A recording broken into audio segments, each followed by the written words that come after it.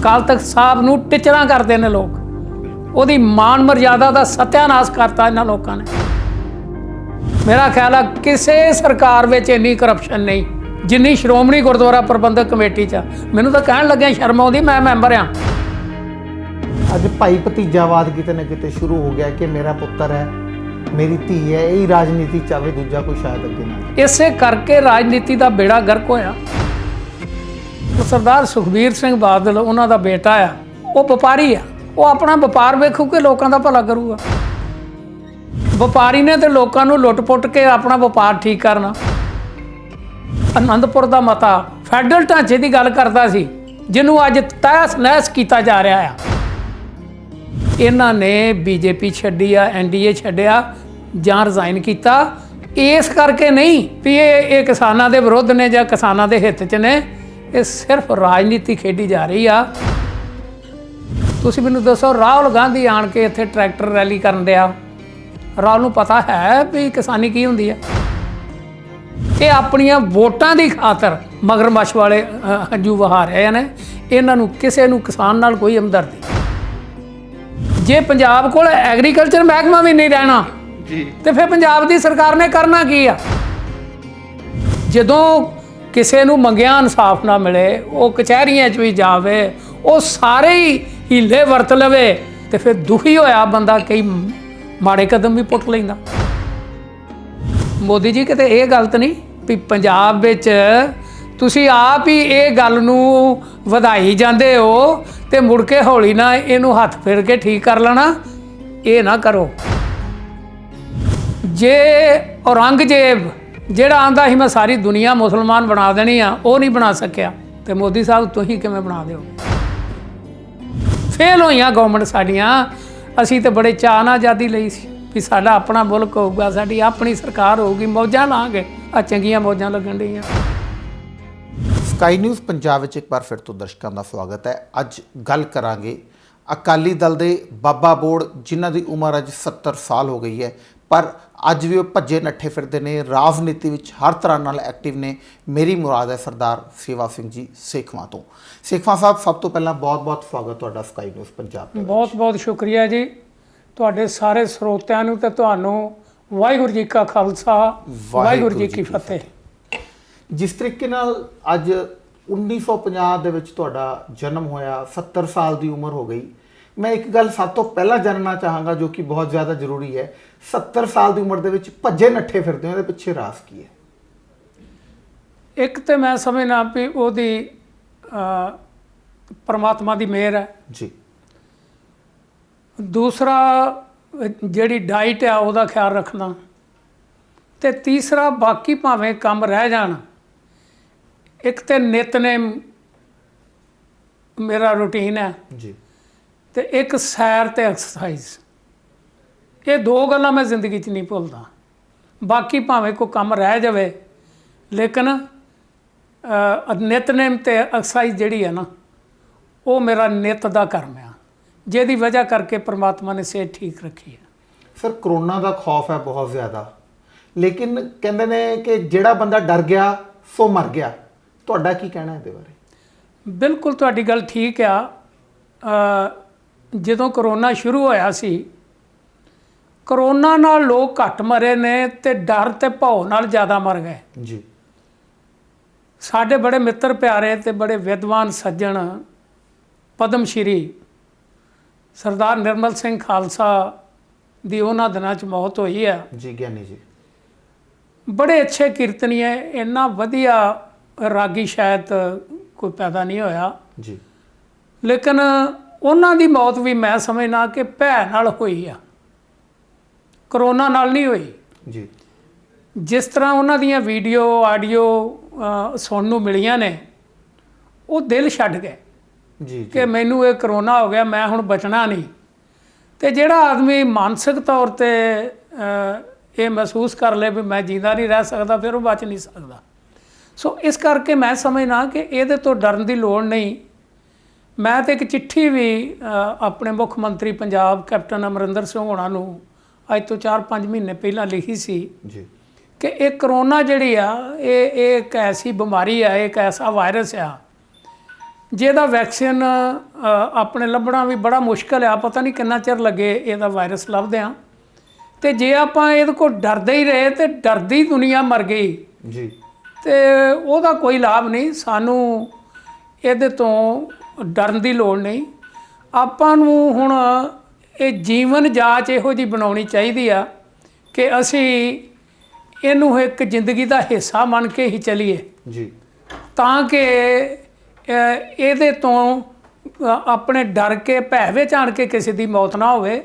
ਔਰ ਮੈਂ ਸਮਝਦਾ ਕਿ ਇਹਦੇ ਨਾਲ ਜਿਹਦੀ ਇਮਿਊਨਿਟੀ ਕਮਜ਼ੋਰ ਆ ਉਹਦੀ ਮੌਤ ਦੀ ਸੰਭਾਵਨਾ ਵਾ, ਵੈਸੇ ਇਸ ਵਾਇਰਸ ਨਾਲ ਕਿਸੇ ਦੇ ਮਰਨ ਦੀ ਕੋਈ ਸੰਭਾਵਨਾ ਨਹੀਂ ਜੀ।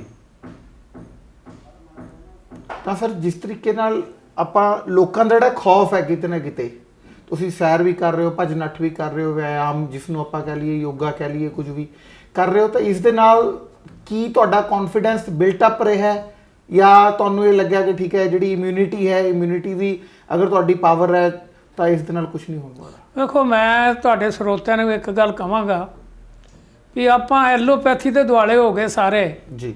ਇੱਕ ਗੋਲੀ ਲਓ, ਅੱਧੇ ਘੰਟੇ 'ਚ ਉਹਦਾ ਰਿਜ਼ਲਟ ਲਓ, ਲੇਕਿਨ ਜਿਹੜੀ ਸਾਡੇ ਦੇਸ਼ ਦੀ ਪੈਥੀ ਆ ਆਯੁਰਵੈਦਿਕ, ਇਹਦੇ ਵਿੱਚ ਇਹਦਾ ਬਹੁਤ ਹੀ ਇਲਾਜ ਨੇ। ਇੱਕ ਨਹੀਂ, ਬਹੁਤ ਸਾਰੀਆਂ ਐਸੀਆਂ ਚੀਜ਼ਾਂ ਨੇ ਜਿਹੜੀਆਂ ਤੁਸੀਂ ਨਿੱਤ ਜ਼ਿੰਦਗੀ ਵਿੱਚ ਯੂਜ਼ ਕਰੋ, ਜਿਵੇਂ ਤੁਲਸੀ ਆ, ਗਲੋਹ ਆ ਜੀ, ਜਾਂ ਜਾਂ ਹੋਰ ਇੱਦਾਂ ਦੀਆਂ ਚੀਜ਼ਾਂ ਹੈਗੀਆਂ ਨਿੱਤ ਤੁਸੀਂ ਵਰਤਦੇ ਹੋ, ਤੁਹਾਡੀ ਇਮਿਊਨਿਟੀ ਸਟਰੋਂਗ ਆ ਤੇ ਇਹੋ ਜਿਹੇ ਵਾਇਰਸ ਜਿਹੜੇ ਆ ਮਨੁੱਖ ਨੂੰ ਕੁਝ ਨਹੀਂ ਕਹਿੰਦੇ ਜੀ।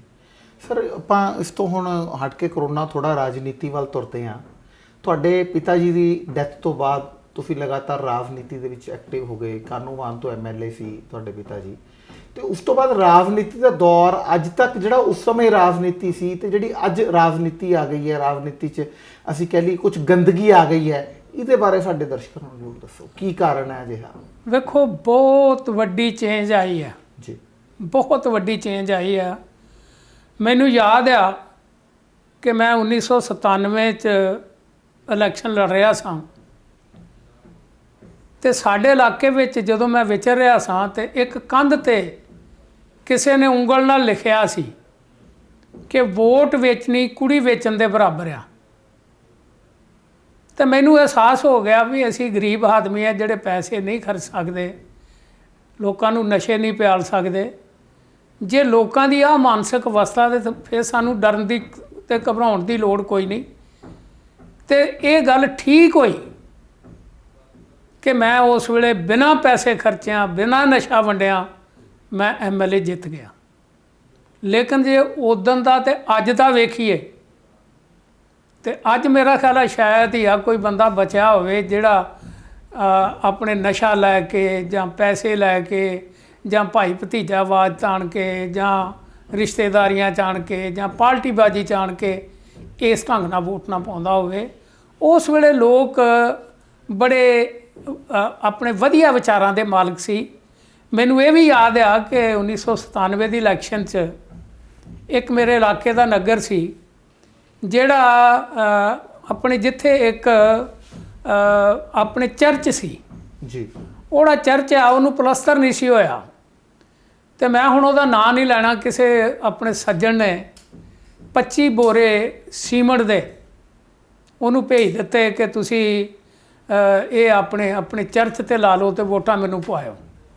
ਤੇ ਮੈਨੂੰ ਯਾਦ ਆ ਕਿ ਉਹ ਜਿਹੜੇ ਚਰਚ ਦੇ ਆਪਣੇ ਚਲਾਉਣ ਵਾਲੇ ਈਸਾਈ ਵੀਰ ਸੀ, ਉਹਨਾਂ ਨੇ ਚਿੱਠੀ ਲਿਖ ਕੇ ਕਿ ਤੁਹਾਡੀ ਬੜੀ ਮਿਹਰਬਾਨੀ, ਤੁਸੀਂ ਸਾਡੇ ਜਿਹੜੇ ਧਾਰਮਿਕ ਸਥਾਨ ਆ ਉਹਨਾਂ ਦੀ ਬਿਹਤਰੀ ਵਾਸਤੇ ਸੀਮੈਂਟ ਭੇਜਿਆ ਜੀ। ਲੇਕਿਨ ਅਸੀਂ ਮਹਿਸੂਸ ਕਰਨੇ ਆ ਕਿ ਇਹ ਪੈਸੇ ਗਰੀਬ ਲੋਕਾਂ ਦਾ ਖੂਨ ਚੂਸਿਆ ਆ ਤੇ ਅਸੀਂ ਆਪਣੇ ਪਵਿੱਤਰ ਜਗ੍ਹਾ ਤੇ ਉਹ ਪੈਸੇ ਨਹੀਂ ਲਾਉਣਾ ਚਾਹੁੰਦੇ। ਤੁਹਾਡੀ ਮਿਹਰਬਾਨੀ, ਅਸੀਂ ਇਹ 25 ਬੋਰੇ ਸੀਮੈਂਟ ਦੇ ਤੁਹਾਨੂੰ ਵਾਪਸ ਭੇਜ ਰਹੇ ਹਾਂ ਜੀ। ਮੇਰਾ ਕਹਿਣ ਤੋਂ ਭਾਵ ਜਦੋਂ ਤੁਸੀਂ ਗੱਲ ਕੀਤੀ ਆ ਕਿ ਜਦੋਂ ਮੈਂ ਆਪਣੀ ਰਾਜਨੀਤੀ ਦੀ ਸ਼ੁਰੂਆਤ ਕੀਤੀ ਆ ਉਸ ਵੇਲੇ ਲੋਕਾਂ ਦਾ ਕਰੈਕਟਰ ਇਹ ਸੀ, ਲੋਕਾਂ ਦੀ ਮਾਨਸਿਕ ਅਵਸਥਾ ਇਹ ਸੀ। ਲੇਕਿਨ ਅੱਜ ਇੱਥੋਂ ਤੱਕ ਆ ਕਿ ਜਿਹੜੇ ਸਾਡੇ ਪਾਰਟੀ ਦੇ ਕਾਰਕੁਨ ਨੇ ਜੀ, ਜਿਨ੍ਹਾਂ ਸਰਪੰਚਾਂ ਨੇ ਸਰਕਾਰ ਕੋਲੋਂ ਲੱਖਾਂ ਰੁਪਈਆ ਗ੍ਰਾਂਟ ਲਈ, ਔਰ ਮੈਂ ਕਹਿ ਸਕਦਾ ਕਿ ਉਹਦੇ 'ਚੋਂ ਪਤਾ ਨਹੀਂ ਕਿੰਨੀ ਲਾਈ ਤੇ ਕਿੰਨੀ ਉਹਨਾਂ ਖਾ ਲਈ, ਉਹ ਵੀ ਅਖੀਰਲੇ ਦਿਨ ਜਿੱਦਣ ਇਲੈਕਸ਼ਨ ਆਉਂਦੀ ਆ ਉਹ ਕਹਿੰਦੇ ਜੀ ਉਹ ਸਟਾਫ ਆਉਣਾ ਵਾ ਉਹਦਾ ਖਰਚਾ ਪੱਠਾ ਸਾਨੂੰ ਦੇ ਜਿਓ ਜੀ। ਅੱਜ ਦਾ ਤੇ ਉਦੋਂ ਦਾ ਇਹ ਫਰਕ ਆ। ਅੱਜ ਦੀ ਮਾਨਸਿਕ ਅਵਸਥਾ ਜਿਹੜੀ ਆ ਉਹ ਬੜੀ ਮਾੜੀ ਹੋ ਚੁੱਕੀ ਆ। ਔਰ ਮੈਂ ਇਹ ਵੀ ਗੱਲ ਮੰਨਣਾ ਕਿ ਲੋਕਾਂ ਦਾ ਕੋਈ ਕਸੂਰ ਨਹੀਂ। ਉਹਨਾਂ ਲੋਕਾਂ ਦੀ ਇਹ ਅਵਸਥਾ ਪਹਿਲੀ ਅਵਸਥਾ ਤੋਂ ਅੱਜ ਵਾਲੀ ਕਿਉਂ ਬਣੀ ਆ, ਇਹਦੇ ਵਾਸਤੇ ਅਸੀਂ ਲੋਕ ਜ਼ਿੰਮੇਵਾਰ ਹਾਂ ਜੀ। ਅਸੀਂ ਰਾਜਨੀਤਿਕ ਲੋਕ ਜਿਨ੍ਹਾਂ ਨੇ ਸਰਕਾਰਾਂ ਕੀਤੀਆਂ ਨੇ, ਸਾਡੀਆਂ ਸਰਕਾਰਾਂ ਤੇ ਅਸੀਂ ਰਾਜਨੀਤਿਕ ਲੋਕ ਜ਼ਿੰਮੇਵਾਰ ਹਾਂ। ਅਸੀਂ ਲੋਕਾਂ ਦੀ ਮਾਨਸਿਕਤਾ ਬਦਲੀ ਆ। ਕਿਵੇਂ?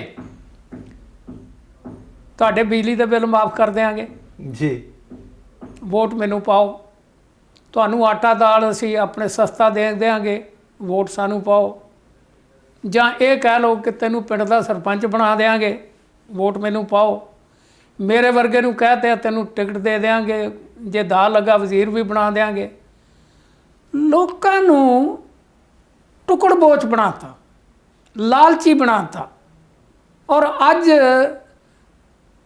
ਉਹ ਪੰਜਾਬੀ ਸ਼ੇਰ ਜਿਹਦੀ ਮਾਨਸਿਕਤਾ ਸਾਰੀ ਦੁਨੀਆ 'ਚ ਜਾਣੀ ਜਾਂਦੀ ਸੀ ਜੀ, ਜਿਹੜੇ ਰਾਜ ਭਾਗ ਨੂੰ ਵੀ ਜੁੱਤੀ ਦੀ ਨੋਕ ਤੇ ਰੋੜਦੇ ਰਹੇ। ਮੈਨੂੰ ਯਾਦ ਆ, ਮੈਂ ਹਿਸਟਰੀ ਦਾ ਸਟੂਡੈਂਟ ਹਾਂ। ਅਹਿਮਦ ਸ਼ਾਹ ਅਬਦਾਲੀ ਨੇ ਆਪਣੇ ਅਹਿਲਕਾਰਾਂ ਨੂੰ ਕਿਹਾ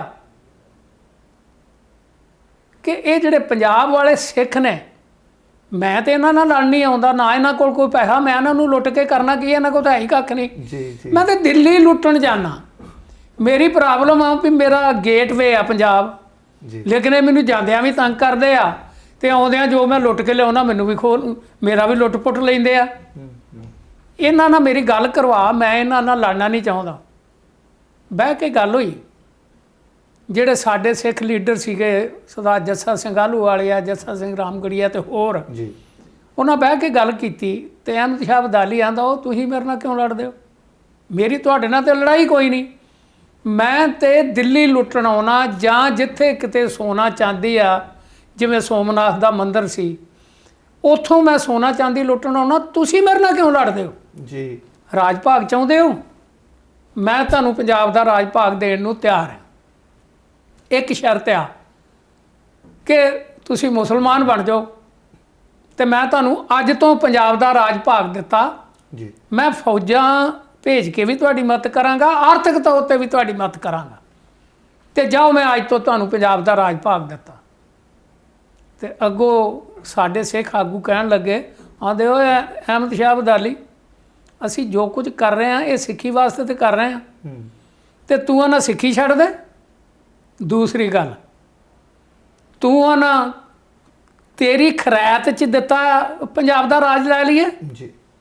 ਇੰਨਾ ਡੌਲਿਆਂ 'ਚ ਜ਼ੋਰ ਹੋਊਗਾ ਤੇ ਰਾਜ ਬਣਾ ਲਾਂਗੇ, ਤੇ ਜਾਂ ਉਸ ਨਿਰੰਕਾਰ ਦੀ ਕਿਰਪਾ ਹੋਊਗੀ ਤੇ ਰਾਜ ਲੈ ਲਾਂਗੇ। ਤੇਰਾ ਦਿੱਤਾ ਰਾਜ ਇਸ ਜੁੱਤੀ ਦੀ ਨੋਕ ਤੇ ਰੱਖ ਕੇ ਤੈਨੂੰ ਵਾਪਸ ਕਰਨਾ ਹੈ। ਜੀ। ਇਹ ਸੀ ਪੰਜਾਬੀ ਤੇ ਸਿੱਖ ਸਾਈਕੀ। ਤੇ ਅੱਜ ਆਪਾਂ ਆ ਗਏ ਵੀ ਬਿੱਲ ਮਾਫ ਹੋ ਗਿਆ, ਵੋਟ ਉਹਨੂੰ ਪਾ ਦਿਓ, ਉਹਨੇ ਸ਼ਰਾਬ ਦੀ ਬੋਤਲ ਦੇਤੀ, ਉਹਨੂੰ ਵੋਟ ਪਾ ਦਿਓ। ਅੱਜ ਆਪਾਂ ਕਿੱਥੋਂ ਤੁਰ ਕੇ ਕਿੱਥੇ ਆ ਗਏ ਹਾਂ ਜੀ। ਔਰ ਮੈਂ ਬੜੀ ਖੁੱਲ੍ਹਦਿਲੀ ਨਾਲ ਕਹਿਣਾ ਆ ਕਿ ਇਹਦੇ ਵਾਸਤੇ ਲੋਕ ਜ਼ਿੰਮੇਵਾਰ ਨਹੀਂ, ਅਸੀਂ ਲੋਕ ਜ਼ਿੰਮੇਵਾਰ ਹਾਂ, ਜਿਨ੍ਹਾਂ ਲੋਕਾਂ ਨੇ ਆਪਣਾ ਰਾਜ ਭਾਗ ਬਣਾਉਣ ਵਾਸਤੇ, ਆਪਣੇ ਨਿੱਜ ਵਾਸਤੇ ਉਹਨਾਂ ਲੋਕਾਂ ਨੂੰ ਇਹੋ ਜਿਹੇ ਟੁਕੜ ਬੋਚ ਬਣਾਇਆ। ਅੱਜ ਜਿਹੜਾ ਨੌਜਵਾਨ ਹੈ ਉਹ ਕਿਤੇ ਨਾ ਕਿਤੇ ਰਾਜਨੀਤੀ ਦੇ ਵਿੱਚ ਆਉਣਾ ਨਹੀਂ ਚਾਹੁੰਦਾ, ਉਹਨੂੰ ਕੀ ਸੁਨੇਹਾ ਦੇਣਾ ਚਾਹੋਗੇ ਕਿ ਉਹ ਰਾਜਨੀਤੀ ਦੇ ਵਿੱਚ ਆਵੇ ਤਾਂ ਕਿ ਘੱਟੋ ਘੱਟ ਜਿਹੜੀ ਰਾਜਨੀਤੀ ਦੀ ਗੰਦਗੀ ਹੈ ਉਹ ਦੂਰ ਕੀਤੀ ਜਾ ਸਕੇ? ਪਹਿਲੀ ਗੱਲ ਤਾਂ ਇਹ ਵੀ ਕਿਉਂ ਨਹੀਂ ਆਉਣਾ ਚਾਹੁੰਦਾ? ਤੰਗ ਹੈ ਜੀ, ਉਸਨੂੰ ਲੱਗਦਾ ਵੀ ਰਾਜਨੀਤੀ ਬਹੁਤ ਗੰਦੀ ਹੈ। ਮੈਂ ਇਹੀ ਗੱਲ ਕਹਿਣ ਲੱਗਾ ਕਿ ਅੱਜ ਰਾਜਨੀਤਿਕ ਲੋਕਾਂ ਦੀ ਅਵਸਥਾ ਐਸੀ ਬਣ ਗਈ ਆ ਕਿ ਉਹਨੂੰ ਰਾਜਨੀਤਿਕ ਅਖਬਾਰ ਲੈਣ ਨਾਲੋਂ ਗਾਲ ਲੈ ਲੈਣੀ ਚੰਗੀ ਆ। ਜੀ। ਵੀ ਮੈਨੂੰ ਕੋਈ ਗਾਲ ਕੱਢ ਦੇ ਤੇ ਰਾਜਨੀਤਿਕ ਨਾ ਆਖੇ, ਕਿਉਂਕਿ ਰਾਜਨੀਤਿਕ ਆਖਿਆ ਜੋ ਉਹਦਾ ਅਕਸ ਅਗਲੇ ਦੇ ਦਿਮਾਗ 'ਚ ਬਣਦਾ ਨਾ ਵੀ ਇਹ ਕਿੱਡਾ ਕਮਾੜਾ ਬੰਦਾ ਹੋਊਗਾ, ਇਹ ਕਿੰਨਾ ਗੰਦਾ ਬੰਦਾ ਹੋਊਗਾ, ਜੀ। ਜੋ ਦੁਨੀਆ ਦਾ ਉਗਣਾ ਇਹਦੇ 'ਚ ਹੋਊਗਾ। ਇਸ ਕਰਕੇ ਅਗਲੀ ਪੀੜ੍ਹੀ ਜਿਹੜੀ ਆ ਉਹ ਰਾਜਨੀਤੀ 'ਚ ਆਉਣ ਨੂੰ ਤਿਆਰ ਨਹੀਂ। ਲੇਕਿਨ ਮੈਂ ਹੱਥ ਜੋੜ ਕੇ ਬੇਨਤੀ ਕਰਨਾ ਆਪਣੇ ਬੱਚਿਆਂ ਨੂੰ ਕਿ ਇਹ ਪੁਰਾਣੇ, ਜਿਵੇਂ ਸਾਡੀ ਕਹਾਵਤ ਆ ਨਾ ਇੱਕ ਪੰਜਾਬੀ ਦੀ ਜੀ ਕਿ ਪੁਰਾਣੇ ਪਾਪੀ ਹੁੰਦੇ ਨੇ, ਇਹ ਅਸੀਂ ਸਭ ਪਾਪੀ ਆ। ਆਓ ਆਪਣਾ ਅੱਗਾ ਸਵਾਰਨ ਵਾਸਤੇ ਤੁਸੀਂ ਆ। ਔਰ ਆ ਜਿਹੜੀ ਸਾਡੀ ਅਵਸਥਾ ਆ, ਜਿਹੜੇ ਸਾਡੇ ਹਾਣ ਪ੍ਰਵਾਨ ਨੇ, ਇਹਨਾਂ ਕੁਛ ਨਹੀਂ ਜੇ ਕਰਨਾ। ਇਹਨਾਂ ਤੁਹਾਨੂੰ ਪਿਛਾਂਹ ਨੂੰ ਖੜਨਾ, ਡੂੰਘੇ ਪਾਣੀ ਖੜਨਾ। ਜੀ ਤੇ ਤੁਹਾਨੂੰ ਬੇਨਤੀ ਆ ਅਗਲੀ ਪੀੜ੍ਹੀ ਨੂੰ ਵੀ ਸਾਡੇ ਇਹ ਜਿਹੜੇ ਮਾੜੇ ਕਾਰਨਾਮੇ ਆ, ਇਹਨਾਂ ਤੋਂ ਸਬਕ ਵੀ ਸਿੱਖੋ। ਗਾਂ ਆਪਣੇ ਪੁਰਾਣੇ ਪੁਰਖੇ, ਮੈਂ ਜਿਨ੍ਹਾਂ ਦੀ ਗੱਲ ਕੀਤੀ ਆ, ਸਰਦਾਰ ਜੱਸਾ ਸਿੰਘ ਆਹਲੂਵਾਲੀਏ ਵਗੈਰਾ ਵਰਗੀ, ਉਹੋ ਜੀ ਮਾਨਸਿਕਤਾ ਮੁੜ ਕੌਮ ਵਿੱਚ ਲਿਆਓ, ਤਾਂ ਕਿ ਉਹ ਜਿਹੜਾ ਖਾਲਸਾ ਚੜ੍ਹਦੀ ਕਲਾ ਦਾ ਪ੍ਰਤੀਕ ਸੀ, ਉਹਨੂੰ ਅਸੀਂ ਮੁੜ ਕੇ ਮੂਰਤੀਮਾਨ ਕਰ ਸਕੀਏ। ਬਿਲਕੁਲ, ਗੁਰੂ ਗੋਬਿੰਦ ਸਿੰਘ ਜੀ ਨੇ ਵੀ ਕਿਹਾ, ਚਾਰ ਮੂਏ ਤੋਂ ਕਿਆ ਹੁਆ, ਜੀਵਤ ਕਈ ਹਜ਼ਾਰ। ਬਿਲਕੁਲ ਬਿਲਕੁਲ, ਉਹ ਤੇ ਉਹਨਾਂ ਨੇ ਇਹ ਕਿਹਾ ਸੀ ਨਾ ਵੀ ਉਹਨਾਂ ਦੇ ਮਨ ਵਿੱਚ ਕੋਈ ਲਾਲਚ ਨਹੀਂ ਸੀ ਵੀ ਇਹ ਮੇਰੇ ਚਾਰ ਪੁੱਤ ਨੇ। ਉਹਨਾਂ ਇਹ ਕਿਹਾ ਸੀ ਜਿਹੜੇ ਰਹਿੰਦੇ ਨੇ, ਜਿਹੜੇ ਜਿਉਂਦੇ ਨੇ, ਉਹ ਵੀ ਸਾਰੇ ਮੇਰੇ ਹੀ ਨੇ। ਉਹ ਹਜ਼ਾਰਾਂ ਜਿਹੜੇ ਨੇ ਉਹ ਮੇਰੇ ਹੀ ਪੁੱਤ ਨੇ, ਇਹ ਚਾਰ ਪੁੱਤ ਹੀ ਮੇਰੇ ਨਹੀਂ ਸੀਗੇ। ਉਹ ਭਾਵਨਾ ਹਰ ਇੱਕ ਦੇ ਮਨ ਵਿੱਚ ਆਉਣੀ ਚਾਹੀਦੀ। ਅੱਜ ਭਾਈ ਭਤੀਜਾਵਾਦ ਕਿਤੇ ਨਾ ਕਿਤੇ ਸ਼ੁਰੂ ਹੋ ਗਿਆ ਕਿ ਮੇਰਾ ਪੁੱਤਰ ਹੈ, ਮੇਰੀ ਧੀ ਹੈ, ਇਹ ਰਾਜਨੀਤੀ ਚਾਵੇ, ਦੂਜਾ ਕੋਈ ਸ਼ਾਇਦ ਅੱਗੇ ਨਾ ਜਾਵੇ। ਰਹਿ ਹੀ ਇਹ ਕੁਛ ਗਿਆ। ਇਸੇ ਕਰਕੇ ਰਾਜਨੀਤੀ ਦਾ ਬੇੜਾ ਗਰਕ ਹੋਇਆ। ਔਰ ਇਹ ਕੋਈ ਇੱਕ ਜਣਾ ਕਸੂਰਵਾਰ ਨਹੀਂ। ਤੁਸੀਂ ਕਿਸੇ ਵੀ ਪੋਲੀਟੀਕਲ ਪਾਰਟੀ ਦਾ ਲੈ ਲਓ ਜੀ, ਹਰ ਇੱਕ ਦੇ ਹੀ ਧੀਆਂ ਪੋਤੀ ਅੱਗੇ ਲਿਆਉਣ ਨੂੰ ਹਰ ਇੱਕ ਨੇ ਤਰਜੀਹ ਦਿੱਤੀ ਆ। ਤੁਸੀਂ ਕੋਈ ਪਾਰਟੀ ਲੈ ਲਓ, ਜੇ ਕਾਂਗਰਸ ਪਾਰਟੀ ਆ ਤਾਂ, ਜੇ ਹੋਰ ਜਿਹੜੀਆਂ ਰੀਜਨਲ ਪਾਰਟੀਆਂ ਨੇ ਉਹ ਲੈ ਲਓ, ਤਾਂ ਹਰ ਇੱਕ ਨੇ ਇਹੀ ਕੋਸ਼ਿਸ਼ ਕੀਤੀ ਆ ਕਿ ਮੇਰੇ ਘਰ ਵਿੱਚ ਹੀ ਰਾਜ ਭਾਗ ਰਵੇ, ਦੂਜੇ ਕੋਲ ਨਾ ਜਾਵੇ। ਔਰ ਇਸੇ ਗੱਲ ਨੇ ਬੇੜਾ ਗਰਕ ਕੀਤਾ ਰਾਜਨੀਤੀ ਦਾ। ਅਕਾਲੀ ਦਲ ਦੇ ਵਿੱਚ ਤੁਸੀਂ ਕਾਫੀ ਸਾਲਾਂ ਬੱਧੀ ਰਹੇ, ਕਾਫੀ ਦਸ਼ਕਾਂ ਤੱਕ ਰਹੇ, ਅਕਾਲੀ ਸਰਕਾਰ 'ਚ ਮੰਤਰੀ ਵੀ ਰਹੇ, ਤੁਸੀਂ ਲੋਕ ਸੰਪਰਕ ਮੰਤਰੀ ਵੀ ਰਹੇ, ਹੋਰ ਵੀ ਵਿਭਾਗ ਤੁਹਾਡੇ ਕੋਲ ਰਹੇ, ਲੇਕਿਨ ਕਿਤੇ ਨਾ ਕਿਤੇ ਅਕਾਲੀ ਦਲ ਤੁਹਾਨੂੰ ਛੱਡਣਾ ਪਿਆ। ਕੀ ਕਾਰਨ ਰਹੇ ਉਹਦੇ ਵਿੱਚ? ਇੱਕ ਤੇ ਮੈਂ ਮਹਿਸੂਸ ਕਰਨਾ ਕਿ ਜਿਹੜੀ ਸਾਡੀ ਲੀਡਰਸ਼ਿਪ ਸੀ, ਸਰਦਾਰ ਪ੍ਰਕਾਸ਼ ਸਿੰਘ ਬਾਦਲ ਜਾਂ ਉਹਨਾਂ ਦੇ ਬੇਟੇ ਸੁਖਬੀਰ ਸਿੰਘ ਬਾਦਲ, ਜੀ, ਜਿਹੜੀ ਮੈਂ ਅਵਸਥਾ ਦੱਸੀ ਆ, ਸਭ ਤੋਂ ਜੇ ਲੰਮਾ ਸਮਾਂ ਸਿੱਖ ਕੌਮ ਦੀ ਅਗਵਾਈ ਜਾਂ ਪੰਜਾਬ ਦੀ ਅਗਵਾਈ ਕੀਤੀ ਹੈ ਤੇ ਉਹ ਸਰਦਾਰ ਪ੍ਰਕਾਸ਼ ਸਿੰਘ ਬਾਦਲ ਨੇ ਕੀਤੀ ਹੈ ਜੀ। ਇੰਨਾ ਲੰਮਾ ਸਮਾਂ ਅਕਾਲੀ ਦਲ ਦਾ ਪ੍ਰਧਾਨ ਕੋਈ ਨਹੀਂ ਰਿਹਾ। ਔਰ ਮੈਂ ਸਮਝਦਾ ਕਿ ਇਸ ਅਵਸਥਾ ਵਾਸਤੇ ਸਭ ਤੋਂ ਵੱਡਾ ਮੁੱਖ ਦੋਸ਼ੀ ਸਰਦਾਰ ਪ੍ਰਕਾਸ਼ ਸਿੰਘ ਬਾਦਲ ਆ। ਰਾਜ ਭਾਗ ਉਹਨਾਂ 5 ਵਾਰੀ ਮਾਰ ਲਿਆ, ਲੇਕਿਨ ਚਾਹੀਦਾ ਕੀ ਸੀ ਕਿ ਰਾਜ ਭਾਗ ਆਪਣੀ ਕੌਮ ਵਾਸਤੇ, ਆਪਣੇ ਸੂਬੇ ਵਾਸਤੇ, ਆਪਣੇ ਦੇਸ਼ ਵਾਸਤੇ ਵਰਤਦੇ, ਆਪਣੇ ਲੋਕਾਂ ਵਾਸਤੇ, ਆਪਣੀ ਜਨਤਾ ਦੀ ਬਿਹਤਰੀ ਵਾਸਤੇ ਵਰਤਦੇ।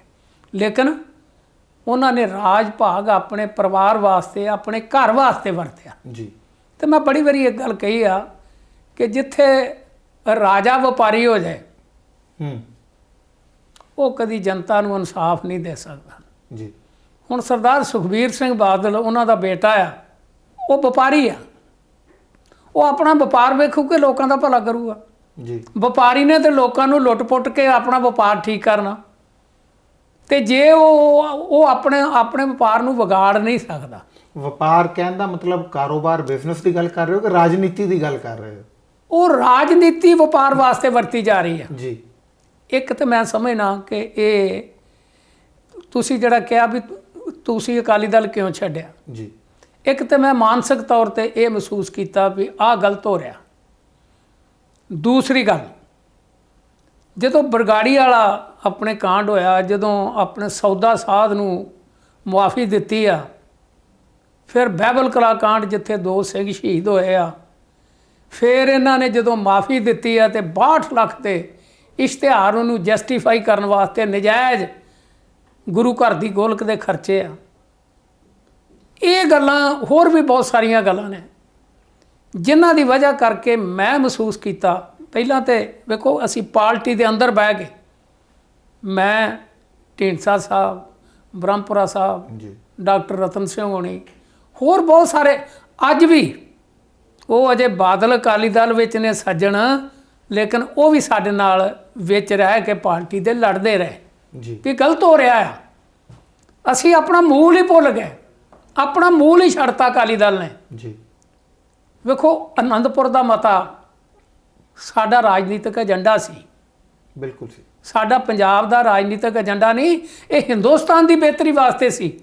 ਫੈਡਰਲ ਢਾਂਚੇ ਦੀ ਗੱਲ ਕਰਦਾ ਸੀ ਜਿਹਨੂੰ ਅੱਜ ਤਹਿਸ ਨਹਿਸ ਕੀਤਾ ਜਾ ਰਿਹਾ ਆ। ਜੀ ਅਗਵਾਈ ਦਿੱਤੀ ਹੈ ਸ਼੍ਰੋਮਣੀ ਅਕਾਲੀ ਦਲ ਨੇ ਸਾਰੇ ਹਿੰਦੁਸਤਾਨ ਦੀਆਂ ਰੀਜਨਲ ਪਾਰਟੀਆਂ ਨੂੰ ਆਨੰਦਪੁਰ ਦਾ ਮਤਾ ਲਿਆ ਕੇ। ਬਿਲਕੁਲ ਦਿੱਤੀ। ਔਰ ਮੈਂ ਕਈ ਵਾਰੀ ਇੱਕ ਗੱਲ ਕੀਤੀ ਆ ਵੀ ਆਨੰਦਪੁਰ ਦੇ ਮਤੇ ਨੂੰ ਐਕਸਪਲੋਇਟ ਕੀਤਾ ਕਾਂਗਰਸ ਪਾਰਟੀ ਦੀਆਂ ਸਰਕਾਰਾਂ ਨੇ। ਉਸ ਵੇਲੇ ਆਨੰਦਪੁਰ ਦਾ ਨਾਂ ਕਰਕੇ ਐਕਸਪਲੋਇਟ ਕੀਤਾ ਵੀ ਇਹ ਵੱਖਵਾਦ ਦੀ ਗੱਲ ਕਰਦੇ ਆ। ਮੈਂ ਅੱਜ ਵੀ ਗਰੰਟੀ ਨਾਲ ਕਹਿੰਦਾ ਜੇ ਕਿਤੇ ਇਹਦਾ ਨਾਂ ਬਨਾਰਸ ਦਾ ਮਤਾ ਰੱਖਿਆ ਹੁੰਦਾ ਤਾਂ ਹੁਣ ਨੂੰ ਸਾਰੇ ਹਿੰਦੁਸਤਾਨ ਦੀਆਂ ਸਰਕਾਰਾਂ ਨੇ ਪ੍ਰਵਾਨ ਕਰ ਲੈਣਾ। ਲੇਕਿਨ ਅਕਾਲੀ ਦਲ ਬਾਦਲ ਤਾਂ ਖੁਦ 10 ਸਾਲ ਸਰਕਾਰ 'ਚ ਰਿਹਾ ਹੁਣੇ। ਮੈਂ ਪਹਿਲੀ ਗੱਲ ਪੂਰੀ ਕਰ ਲਾਂ ਜੀ।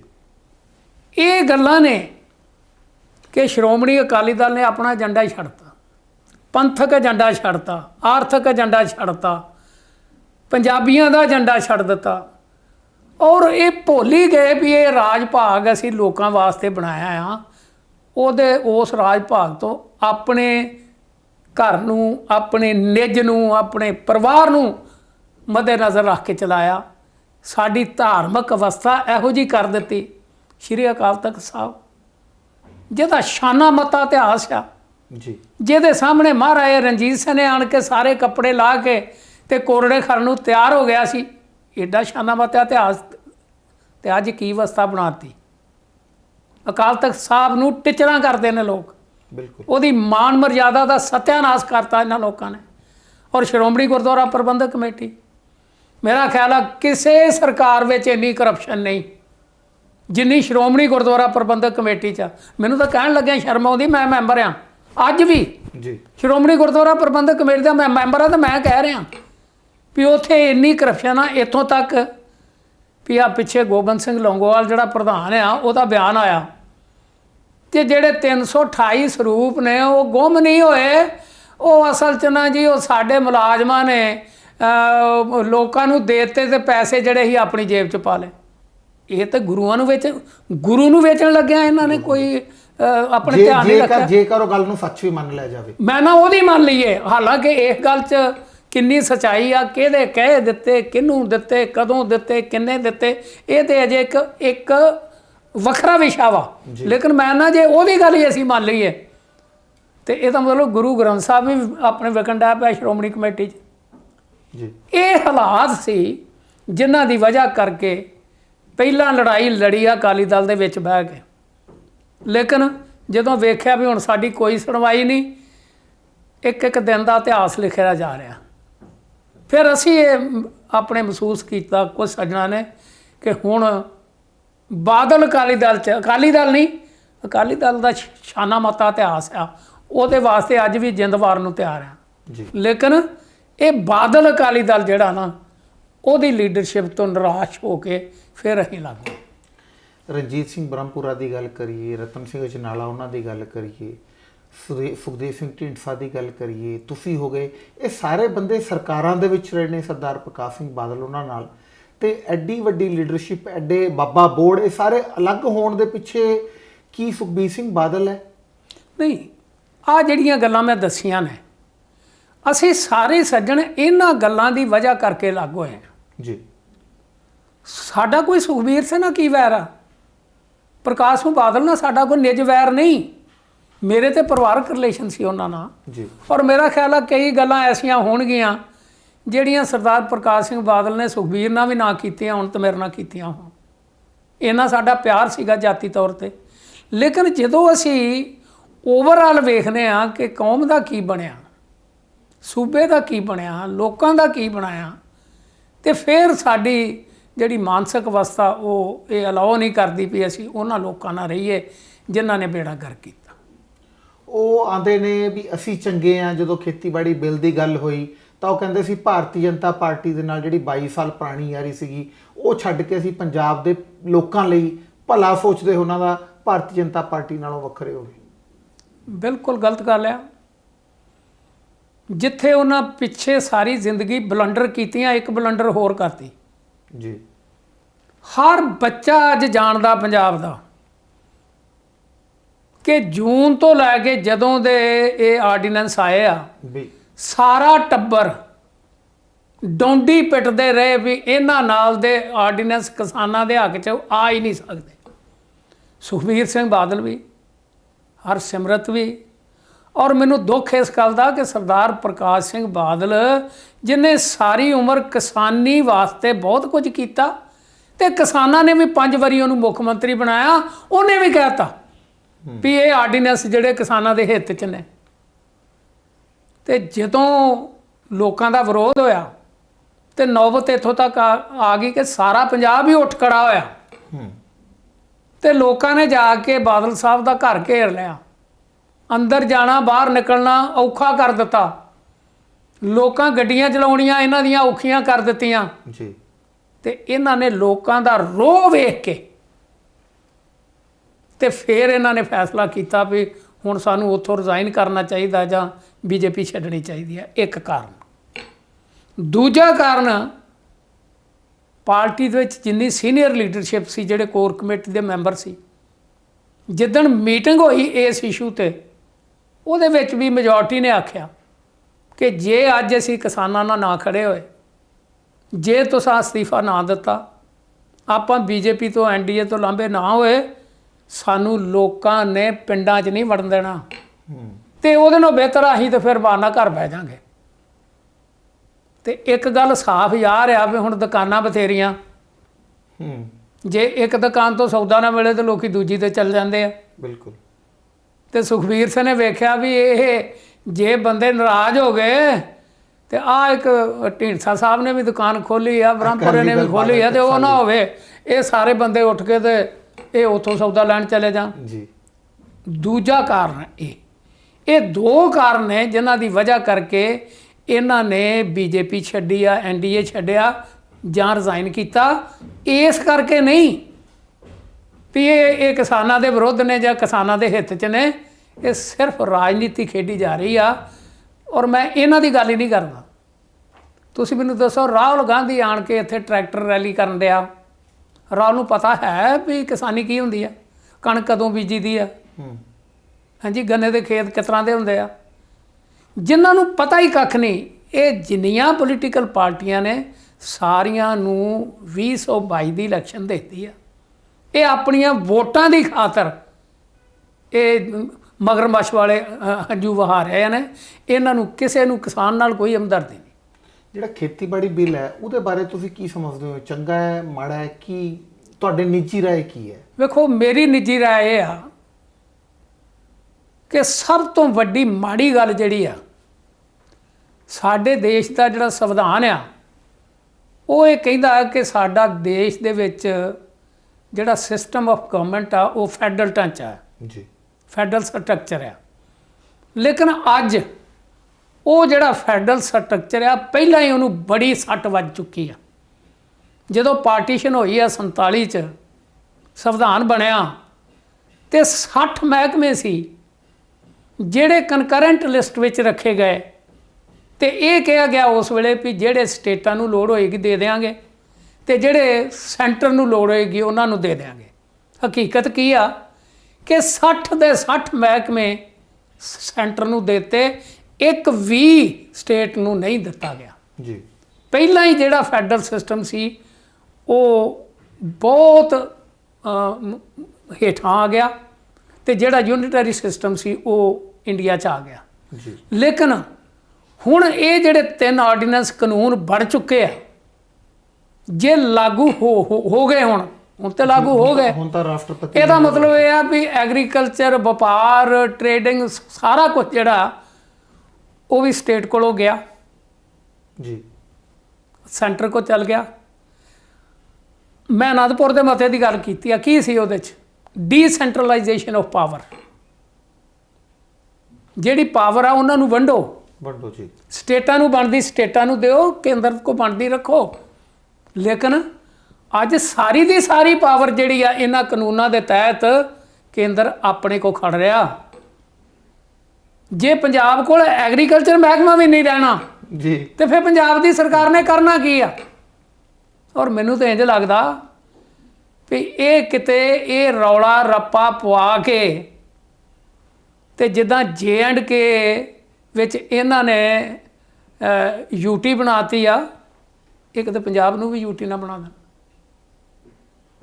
ਆਪਣਾ ਕੰਟਰੋਲ ਕਰਨ ਵਾਸਤੇ ਕਿ ਸਟੇਟ ਵਿੱਚ ਤੇ ਇਲੈਕਸ਼ਨ ਹੋਣੀ ਆ ਜੀ, ਯੂਟੀ 'ਚ ਗਵਰਨਰ ਹੋਣਾ, ਗਵਰਨਰ ਨੂੰ ਜੋ ਇਹਨਾਂ ਨੇ ਕਹਿਣਾ ਉਹ ਕਰਨਾ। ਬਿਲਕੁਲ। ਔਰ ਇਹ ਜੇ ਹਾਲਾਤ ਇਸੇ ਤਰ੍ਹਾਂ ਚੱਲਦੇ ਰਹੇ ਜਿਵੇਂ ਅੱਜ ਚੱਲ ਰਿਹਾ, ਤੇ ਮੈਂ ਵਾਰਨਿੰਗ ਦਿੰਦਾ ਕੇਂਦਰ ਸਰਕਾਰ ਨੂੰ ਵੀ 1980 ਦਾ ਦਹਾਕਾ ਵੇਖੋ, 12 ਸਾਲ ਪੰਜਾਬ ਵਿੱਚ ਕਿਸੇ ਨੇ ਸੌਂ ਕੇ ਨਹੀਂ ਵੇਖਿਆ। ਬਿਲਕੁਲ, ਉਹ ਕਾਲਾ ਤੇ ਦੌਰ, ਇੱਕ ਸਦੀ ਅਸੀਂ ਹਰ ਪੱਖੋਂ, ਆਰਥਿਕ ਪੱਖੋਂ, ਰਾਜਨੀਤਿਕ ਪੱਖੋਂ, ਸੱਭਿਆਚਾਰਕ ਪੱਖੋਂ, ਇਕੋਨਮੀ ਤੋਂ, ਹਰ ਤਰ੍ਹਾਂ ਨਾਲ ਅਸੀਂ ਇੱਕ ਸਦੀ ਪਿੱਛੇ ਚੱਲ ਗਏ ਹਾਂ 12 ਸਾਲਾਂ 'ਚ ਜੀ। ਤੇ ਜਿਹੜੇ ਹਾਲਾਤ ਬਣ ਰਹੇ ਆ ਵੇਖਿਓ ਕਿਤੇ ਉਹ ਕਾਲਾ ਦੌਰ ਮੁੜ ਕੇ ਨਾ ਆ ਜਾਏ। ਕੀ ਖਤਰਾ ਇਹ ਲੱਗਦਾ ਹੈ ਕਿ ਜਿਹੜਾ ਪੰਜਾਬ ਦਾ ਨੌਜਵਾਨ ਹੈ ਉੱਠ ਕੇ ਖੜਾ ਹੋ ਜਾਏਗਾ, ਜਾਂ ਜਿਹੜੀ ਪੜੋਸੀ ਤਾਕਤ ਹੈ ਪਾਕਿਸਤਾਨ ਹੈ ਜਾਂ ਹੋਰ ਕੁਝ ਇਹੋ ਜਿਹੇ ਰਵੱਈਏ ਜਿਹੜੇ ਰਾਸ਼ਟਰ ਵਿਰੋਧੀ ਤਾਕਤਾਂ ਨੇ ਉਹ ਐਕਟਿਵ ਹੋ ਰਹੇ ਨੇ? ਵੇਖੋ, ਇਹ 1980 'ਚ ਕੀ ਹੋਇਆ ਸੀ, ਅਕਾਲੀ ਦਲ ਕੀ ਮੰਗਦਾ ਸੀ, ਪੰਜਾਬ ਦੇ ਲੋਕ ਕੀ ਮੰਗਦੇ ਸੀ ਕਿ ਸਾਡੀ ਰਾਜਧਾਨੀ ਸਾਨੂੰ ਦੇ ਦਿਓ। ਕੋਈ ਮਾੜੀ ਗੱਲ ਹੈ? ਨਹੀਂ। ਜਿਹੜੇ ਪੰਜਾਬੀ ਬੋਲਦੇ ਇਲਾਕੇ ਆ ਤੁਸੀਂ ਪੰਜਾਬੀ ਸੂਬਾ ਬਣਾਤਾ, ਸਾਨੂੰ ਦੇ ਦਿਓ। ਲੇਕਿਨ ਉਦੋਂ ਜਿਹੜਾ ਤਾਂ ਨਿਰੰਕਾਰੀਆਂ ਤੋਂ ਸ਼ੁਰੂ ਹੋਇਆ ਸੀ। ਨਹੀਂ, ਉਹ ਗੱਲ, ਉਹ ਇੱਕ ਵੱਖਰਾ ਇਸ਼ੂ ਆ ਜੀ। ਉਹ ਗਵਰਨਮੈਂਟ ਦੇ ਨਾਲ ਕਿਸੇ ਨਾਲ ਕੋਈ ਸੰਬੰਧ ਨਹੀਂ ਸੀ ਉਹਦਾ। ਬਿਲਕੁਲ। ਮੈਂ ਤੇ ਗਵਰਨਮੈਂਟ ਦੀ ਗੱਲ ਕਰ ਰਿਹਾ ਵੀ ਉੱਥੇ ਜਿਹੜਾ ਮੁੜ ਕੇ ਮੋਰਚਾ ਲਾ ਕੇ ਹਿੰਸਕ ਰੂਪ ਧਾਰਨ ਕਰ ਗਿਆ, ਕਿਉਂ ਕਰ ਗਿਆ? ਮੰਗਾਂ ਕੀ ਸੀਗੀਆਂ? ਬਿਲਕੁਲ, ਪੰਜਾਬ ਦੀਆਂ ਮੰਗਾਂ। ਪੰਜਾਬ ਦੀਆਂ ਮੰਗਾਂ। ਉਹ ਕਿਸੇ ਇੱਕ ਵਿਸ਼ੇਸ਼ ਫਿਰਕੇ ਦੀਆਂ ਮੰਗਾਂ ਨਹੀਂ ਸੀ। ਮੈਂ ਇਹ ਵੀ ਗੱਲ ਨਾਲ ਦੱਸ ਦਿਆਂ, ਉਹ ਇਕੱਲੇ ਸਿੱਖਾਂ ਦੀਆਂ ਮੰਗਾਂ ਨਹੀਂ ਸੀਗੀਆਂ, ਉਹ ਪੰਜਾਬੀਆਂ ਦੀਆਂ, ਉਹ ਸਾਰੇ ਪੰਜਾਬੀਆਂ ਦੀਆਂ ਮੰਗਾਂ ਸੀਗੀਆਂ। ਬਿਲਕੁਲ। ਲੇਕਿਨ ਬੇਇਨਸਾਫੀ ਹੋਈ, ਨਹੀਂ ਮੰਨੀਆਂ ਗਈਆਂ ਉਹ ਮੰਗਾਂ। ਜਦੋਂ ਕਿਸੇ ਨੂੰ ਮੰਗਿਆ ਇਨਸਾਫ ਨਾ ਮਿਲੇ, ਉਹ ਕਚਹਿਰੀਆਂ 'ਚ ਵੀ ਜਾਵੇ, ਉਹ ਸਾਰੇ ਹੀ ਹੀਲੇ ਵਰਤ ਲਵੇ ਵੀ ਮੈਨੂੰ ਇਨਸਾਫ ਮਿਲਣਾ ਚਾਹੀਦਾ। ਜੇ ਇਨਸਾਫ ਨਾ ਮਿਲੇ ਤੇ ਫਿਰ ਦੁਖੀ ਹੋਇਆ ਬੰਦਾ ਕਈ ਮਾੜੇ ਕਦਮ ਵੀ ਪੁੱਟ ਲੈਂਦਾ। ਮੈਂ ਅੱਜ ਤਾਂ ਹੀ ਕਹਿ ਰਿਹਾ ਹਾਂ ਕਿ ਅੱਜ ਵੀ ਪੰਜਾਬੀਆਂ ਦਾ ਮਸਲਾ ਆ, ਅੱਜ ਵੀ ਕਿਸੇ ਫਿਰਕੇ ਦਾ ਮਸਲਾ ਨਹੀਂ। ਔਰ ਮੈਂ ਕਿਸਾਨ ਵੀਰਾਂ ਨੂੰ ਇੱਕ ਬੇਨਤੀ ਕਰਾਂਗਾ ਕਿ ਤੁਸੀਂ ਵੀ ਇਕੱਲੇ ਆਪਣਾ ਮਸਲਾ ਨਾ ਕਹੋ ਵੀ ਇਹ ਕਿਸਾਨਾਂ ਦਾ ਮਸਲਾ ਆ। ਇਹ ਆੜਤੀਆਂ ਦਾ ਵੀ ਮਸਲਾ, ਕਿਉਂਕਿ ਕਿਸਾਨ ਦੇ ਨਾਲ ਜੁੜਿਆ, ਕਿਸਾਨ ਦੇ ਬੋਲ ਨਾਲ ਜੁੜੀ ਆ ਪੰਜਾਬੀਅਤ। ਜੇ ਕਿਸਾਨ ਦੀ ਆਪਣੇ ਖੇਤ 'ਚ ਬੋਲ ਹੈਗਾ ਨਾ, ਉਹਦਾ ਖੇਤ ਮਜ਼ਦੂਰ ਨੂੰ ਵੀ, ਛੋਟੇ ਦੁਕਾਨਦਾਰ ਨੂੰ ਵੀ, ਐਗਰੋ ਇੰਡਸਟਰੀ ਨੂੰ ਵੀ, ਬਾਜ਼ਾਰ, ਸਾਰਾ ਕੁਝ ਡਿਪੈਂਡੈਂਟ ਉਹਦੇ ਬੋਲ 'ਤੇ ਆ। ਬਿਲਕੁਲ। ਇਸ ਕਰਕੇ ਇਕੱਲੇ ਕਿਸਾਨਾਂ ਦਾ ਮਸਲਾ ਨਹੀਂ, ਇਹ ਸਾਰੇ ਪੰਜਾਬੀਆਂ ਦਾ ਮਸਲਾ ਆ, ਇਹ ਸਾਰੇ ਲੋਕਾਂ ਦਾ ਮਸਲਾ ਆ। ਮੋਦੀ ਜੀ, ਇਹਨੂੰ ਸੀਰੀਅਸਲੀ ਲਓ। ਜਿੰਨਾ ਡਿਲੇ ਕਰੋਗੇ ਉਹਨਾਂ ਨੁਕਸਾਨ ਹੋਏਗਾ। ਕਿਤੇ ਉਹ ਗਲਤ ਨਹੀਂ। ਮੈਂ ਇੱਕ ਵਾਰੀ ਰਜਨੀਸ਼ ਨੂੰ ਸੁਣ ਰਿਹਾ ਸਾਂ ਜੀ, ਉਹ ਰਾਜਨੀਤਿਕ ਲੋਕਾਂ ਤੇ ਬੋਲ ਰਿਹਾ ਸੀ। ਉਹ ਕਹਿੰਦਾ ਜੀ ਇਹ ਰਾਜਨੀਤਿਕ ਲੋਕ ਐਸੇ ਆ, ਪਹਿਲਾਂ ਇਹ ਮੁਸ਼ਕਲ ਆਪ ਕ੍ਰੀਏਟ ਕਰਦੇ ਆ, ਇਹ ਪ੍ਰੋਬਲਮ ਆਪ ਕ੍ਰੀਏਟ ਕਰਦੇ ਆ, ਜਾਣ ਬੁੱਝ ਕੇ ਆਪ ਇਹ ਪ੍ਰੋਬਲਮ ਕ੍ਰੀਏਟ ਕਰਦੇ ਆ ਜੀ। ਫਿਰ ਉਹਦੇ ਵਿੱਚ ਐਗਜ਼ੈਜਰੇਸ਼ਨ ਕਰਦੇ ਆ, ਉਹਦੇ 'ਚ ਵਾਧਾ ਕਰਦੇ ਆ ਜੀ। ਤੇ ਜਦੋਂ ਪੀਕ ਤੇ ਚਲੀ ਜਾਂਦੀ ਆ ਤੇ ਫਿਰ ਆਰਾਮ ਨਾਲ ਉਹਦਾ ਹੱਲ ਕਰ ਲੈਂਦੇ ਆ। ਕਿਉਂਕਿ ਆਪ ਹੀ ਤੇ ਕ੍ਰੀਏਟ ਕੀਤੀ ਹੈ, ਜਿਹੜੀ ਬਿਮਾਰੀ ਆਪ ਕ੍ਰੀਏਟ ਕੀਤੀ ਹੈ, ਉਹਦਾ ਪਤਾ ਕਿ ਇਹਦਾ ਟੀਕਾ ਕਿਹੜਾ ਲਾਉਣਾ ਜੀ। ਜਿਸ ਤਰ੍ਹਾਂ ਫਿਰ ਉਹਦਾ ਹੱਲ ਕਰਕੇ ਚੀਨ ਨੇ ਉਹਨੂੰ ਵਧਾ ਕੇ ਕੰਟਰੋਲ ਕਰ ਲਿਆ ਆਪੇ, ਫਿਰ ਉਹਦਾ ਹੱਲ ਕਰਕੇ ਜੀ। ਤੇ ਫਿਰ ਲੋਕਾਂ ਨੂੰ ਆਂਦੇ ਕਿੱਡੀ ਵੱਡੀ ਪ੍ਰੋਬਲਮ ਸੀ, ਵੇਖੋ ਅਸੀਂ ਹੱਲ ਕਰ ਦਿੱਤੀ। ਮੋਦੀ ਜੀ, ਕਿਤੇ ਇਹ ਗਲਤ ਨਹੀਂ ਵੀ ਪੰਜਾਬ ਵਿੱਚ ਤੁਸੀਂ ਆਪ ਹੀ ਇਹ ਗੱਲ ਨੂੰ ਵਧਾਈ ਜਾਂਦੇ ਹੋ ਤੇ ਮੁੜ ਕੇ ਹੌਲੀ ਨਾ ਇਹਨੂੰ ਹੱਥ ਫੇਰ ਕੇ ਠੀਕ ਕਰ ਲੈਣਾ। ਇਹ ਨਾ ਕਰੋ। ਇਹ ਪੰਜਾਬੀਆਂ ਦੀ ਮਾਨਸਿਕਤਾ ਬਾਕੀ ਲੋਕਾਂ ਨਾਲੋਂ ਵੱਖਰੀ ਹੈ ਜੀ। ਜੇ ਇੱਕ ਵਾਰੀ ਉਹਨਾਂ ਦੇ ਮਨ ਵਿੱਚ ਆ ਗਈ ਕੋਈ ਗੱਲ, ਉਹ ਕੱਢਣੀ ਬੜੀ ਔਖੀ ਆ। ਇਸ ਕਰਕੇ ਇਹਦਾ ਜਿੱਡੀ ਛੇਤੀ ਹੋ ਸਕੇ ਇਹਦਾ ਹੱਲ ਕੱਢੋ। ਇਹ ਪੰਜਾਬ ਦਾ ਕਿਸਾਨ ਇਹਦਾ ਦੇਣ ਨਹੀਂ ਦੇ ਸਕਦਾ। ਇਹ ਦੇਸ਼ ਮੰਗਣ ਵਾਲਾ ਠੂਠਾ ਇਸ ਦੇਸ਼ ਦੀ ਸਰਕਾਰ ਕੋਲੋਂ ਜੇ ਛਡਾਇਆ ਤੇ ਉਹ ਪੰਜਾਬ ਤੇ ਹਰਿਆਣੇ ਦੇ ਕਿਸਾਨ ਨੇ ਛਡਾਇਆ। ਜੀ ਇਸ ਕਰਕੇ ਇਹਦੀ ਕੁਰਬਾਨੀ ਵੱਲ ਵੇਖੋ, ਇਹਨੇ ਤੇ ਆਪਣਾ ਆਪ ਤਬਾਹ ਕਰ ਲਿਆ, ਆਪਣੀ ਜ਼ਮੀਨ ਵੀ ਤਬਾਹ ਕਰ ਲਈ ਇਸ ਦੇਸ਼ ਨੂੰ ਰੋਟੀ ਦੇਣ ਵਾਸਤੇ, ਆਪਣਾ ਸੋਨੇ ਵਰਗਾ ਪਾਣੀ ਜ਼ਮੀਨ ਥੱਲੇੋਂ ਮੁਕਾ ਲਿਆ। ਇਹਨੇ ਤੇ ਬਰਬਾਦੀ ਕਰ ਲਈ ਆਪਣੇ ਆਪ ਦੀ ਇਸ ਦੇਸ਼ ਨੂੰ ਬਚਾਉਣ ਵਾਸਤੇ, ਤੇ ਉਹਨੂੰ ਕਿਉਂ ਮਾਰਨ ਲੱਗੇ ਹੋ? ਉਹਨੂੰ ਬਚਾ ਲਓ। ਮੋਦੀ ਸਾਹਿਬ ਕਿਤੇ ਨਾ ਕਿਤੇ ਇਹ ਨਹੀਂ ਲੱਗਦਾ ਜਿਹੜਾ ਕੰਮ ਕਰਦੇ ਨੇ ਉਸ ਨੂੰ ਪੂਰ ਚਾੜ ਲੈਂਦੇ ਨੇ, ਜੋ ਚਾਹੁੰਦੇ ਨੇ ਉਹ ਹੋ ਜਾਂਦਾ ਹੈ, ਤਾਨਾਸ਼ਾਹੀ ਰਵੱਈਆ ਬਣ ਗਿਆ, ਤਾਨਾਸ਼ਾਹ ਬਣ ਗਏ ਨੇ? ਵੇਖੋ ਮੈਂ ਇਹਦੇ ਬਾਰੇ ਮੈਂ ਕੀ ਆਖਾਂ, ਲੇਕਿਨ ਜੋ ਕੁਝ ਵੀ ਹੋ ਰਿਹਾ ਇਸ ਦੇਸ਼ ਵਿੱਚ, ਜੀ ਭਾਵੇਂ ਉਹ J&K ਨਾ ਹੋਇਆ, ਆਪਣੇ 370 ਧਾਰਾ ਦੀ ਗੱਲ ਆ, ਚਾਹੇ ਹੁਣ ਪੰਜਾਬ ਦਾ ਮਸਲਾ ਆ, ਇਹ ਜਿਹੜੀਆਂ ਗੱਲਾਂ ਹੋ ਰਹੀਆਂ ਇਹ ਦੇਸ਼ ਨੂੰ ਇਕੱਠਿਆਂ ਰੱਖਣ ਵਾਸਤੇ ਨਹੀਂ ਹੋ ਰਹੀਆਂ। ਜੀ ਇਹਦੇ ਨਾਲ ਦੇਸ਼ ਇਕੱਠਾ ਨਹੀਂ ਰਹਿਣਾ। ਜੇ ਔਰੰਗਜ਼ੇਬ ਜਿਹੜਾ ਆਂਦਾ ਸੀ ਮੈਂ ਸਾਰੀ ਦੁਨੀਆ ਮੁਸਲਮਾਨ ਬਣਾ ਦੇਣੀ ਆ, ਉਹ ਨਹੀਂ ਬਣਾ ਸਕਿਆ, ਤੇ ਮੋਦੀ ਸਾਹਿਬ ਤੁਸੀਂ ਕਿਵੇਂ ਬਣਾ ਦਿਓਗੇ? मोदी साहब ने क्या रात को 8 बजे आके भाइयों और बहनों आज से आपका 500 का नोट खत्म, 1000 का नोट खत्म, और वो लागू हो जाता है। मोदी साहब कहते हैं हुण ये होएगा वो हो जाता है। तो ये जिहड़ियां गल्लां ने किते ना किते अपने आप दे विच है कि जो मैं चाहांगा वो होएगा, जो मैं नहीं चाहांगा तो नहीं होएगा। ਵੇਖੋ ਇਹ ਗੱਲਾਂ ਠੀਕ ਨਹੀਂ। ਹਰ ਗੱਲ ਜਿਹੜੀ ਆ ਉਹ ਸੋਚ ਵਿਚਾਰ ਕੇ ਕਰਨੀ ਚਾਹੀਦੀ ਆ, ਥੋਪਣੀ ਨਹੀਂ ਚਾਹੀਦੀ। ਇਹੋ ਹੀ ਜਿਹੜੇ ਬਿੱਲ ਲਿਆਂਦੇ ਸੀ ਆਰਡੀਨੈਂਸ ਦੇ ਰੂਪ ਵਿੱਚ ਪਹਿਲਾਂ, ਕਿੱਡਾ ਚੰਗਾ ਹੁੰਦਾ।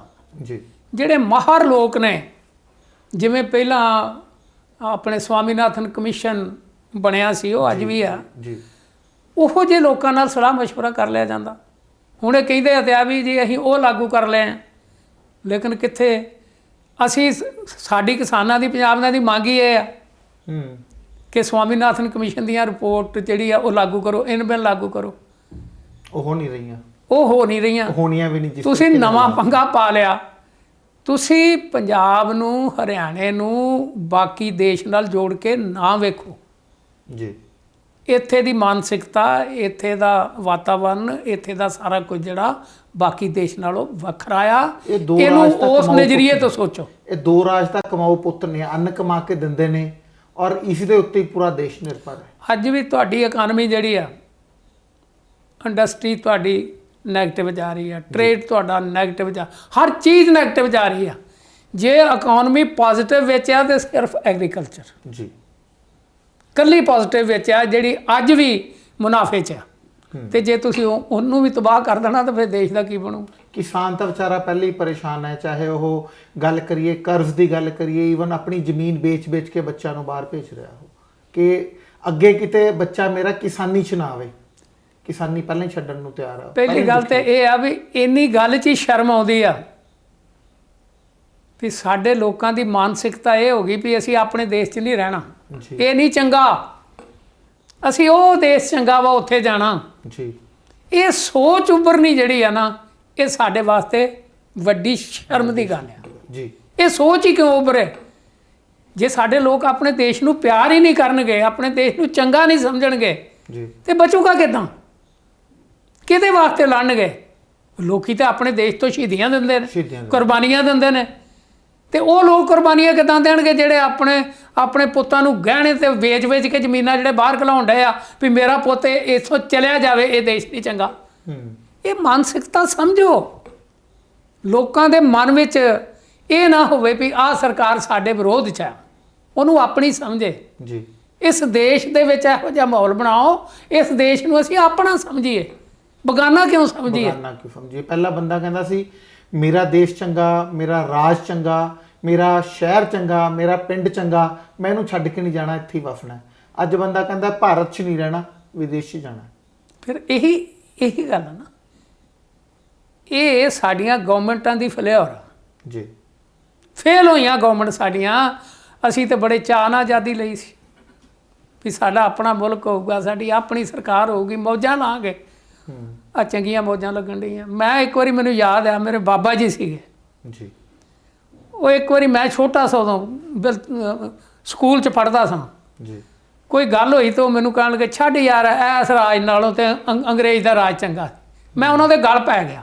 1962 ਦੀਆਂ ਸ਼ਾਇਦ ਗੱਲਾਂ। ਯੈਸ। ਜੀ ਉਹ ਜਦੋਂ ਨੇ ਮੈਂ ਉਹਨਾਂ ਦੇ ਗਲ ਪੈ ਗਿਆ। ਮੈਂ ਆਖਿਆ ਤੁਹਾਡੀ ਮਾਨਸਿਕਤਾ ਜਿਹੜੀ ਹੈ ਨਾ ਇਹ ਐਸੀ ਬਣ ਚੁੱਕੀ ਆ ਵੀ ਤੁਸੀਂ ਉਹ ਗੁਲਾਮੀ ਵਾਲੀ ਮਾਨਸਿਕਤਾ ਜੇ ਤੁਹਾਡੇ ਮਨ 'ਚੋਂ ਜਾਂਦੀ ਨਹੀਂ। ਹੁਣ ਤੇ ਆਪਣਾ ਰਾਜ ਆ। ਉਹ ਕਿ ਉਹਨਾਂ ਮੈਨੂੰ ਇੱਕ ਦੋ ਗੱਲਾਂ ਐਸੀਆਂ ਕਹੀਆਂ ਕਿ ਮੇਰੀ ਨੀਵੀਂ ਪੈ ਗਈ। ਮੈਨੂੰ ਕਹਿਣ ਲੱਗੇ ਉਹ ਪੁਲ ਬਣਿਆ ਨਹਿਰ 'ਤੇ, ਉਹ ਅੰਗਰੇਜ਼ ਦੇ ਰਾਜ ਵੇਲੇ ਦਾ ਬਣਿਆ, ਪਤਾ ਨਹੀਂ ਕਦੋਂ ਦਾ ਬਣਿਆ, ਸਾਡੀ ਹੋਸ਼ ਤੋਂ ਪਹਿਲਾਂ ਦਾ ਅਜੇ ਵੀ ਚੱਲਦਾ ਜੀ। ਉਹ ਪੁਲ ਕਹਿੰਦੇ ਮੇਰੀ ਹੋਸ਼ 'ਚ ਬਣਿਆ, ਆਪਣੇ ਰਾਜ 'ਚ ਬਣਿਆ, ਉਹ ਢਹਿ ਵੀ ਗਿਆ। ਤੇ ਫਿਰ ਉਹ ਚੰਗੀ ਸੀ ਕਿ ਇਹ ਚੰਗੀ ਆ? ਨੀਤ ਮਾੜੀ। ਫਿਰ ਇੱਕ ਦੋ ਕਹਾਣੀਆਂ ਮੈਨੂੰ ਉਹਨਾਂ ਇਨਸਾਫ ਦੀਆਂ ਸੁਣਾਈਆਂ ਜੀ ਕਿ ਸਾਨੂੰ ਤੇ ਆਪਣੇ ਰਾਜ 'ਚ ਇਨਸਾਫ ਹੀ ਨਹੀਂ ਮਿਲ ਰਿਹਾ।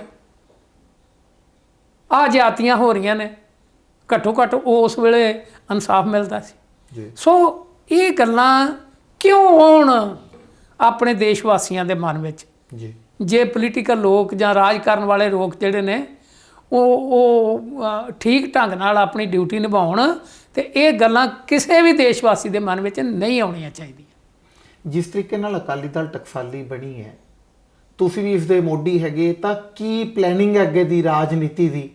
ਵੀ ਕੀ ਅੱਛਾਈ ਲੈ ਕੇ ਆਉਣਾ ਚਾਹੁੰਦੇ ਹੋ ਕਿ ਪੰਜਾਬ ਦੇ ਵਿੱਚ ਲੋਕ ਇਹ ਸੋਚਣ ਕਿ ਅਕਾਲੀ ਦਲ ਬਾਦਲ ਨੂੰ ਛੱਡ ਕੇ ਜਾਂ ਅਕਾਲੀ ਦਲ ਅੰਮ੍ਰਿਤਸਰ ਨੂੰ ਛੱਡ ਕੇ ਅਸੀਂ ਅਕਾਲੀ ਦਲ ਟਕਸਾਲੀ ਜੁਆਇਨ ਕਰੀਏ, ਅਕਾਲੀ ਦਲ ਟਕਸਾਲੀ ਸਾਡੇ ਲਈ ਇਹ ਚੰਗਾ ਕਰ ਰਿਹਾ ਹੈ? ਵੇਖੋ, ਜਿਸ ਦਿਨ ਅਸੀਂ ਅਕਾਲੀ ਦਲ ਟਕਸਾਲੀ ਬਣਾਇਆ ਸੀ ਅਕਾਲ ਤਖਤ ਸਾਹਿਬ 'ਤੇ, ਮੈਂ ਉਸ ਦਿਨ ਹੀ ਇੱਕ ਗੱਲ ਕਹਿਤੀ ਸੀ ਕਿ ਮੈਂ ਰਹਿੰਦੀ ਜ਼ਿੰਦਗੀ ਕੋਈ ਇਲੈਕਸ਼ਨ ਨਹੀਂ ਲੜਨੀ, ਜੀ।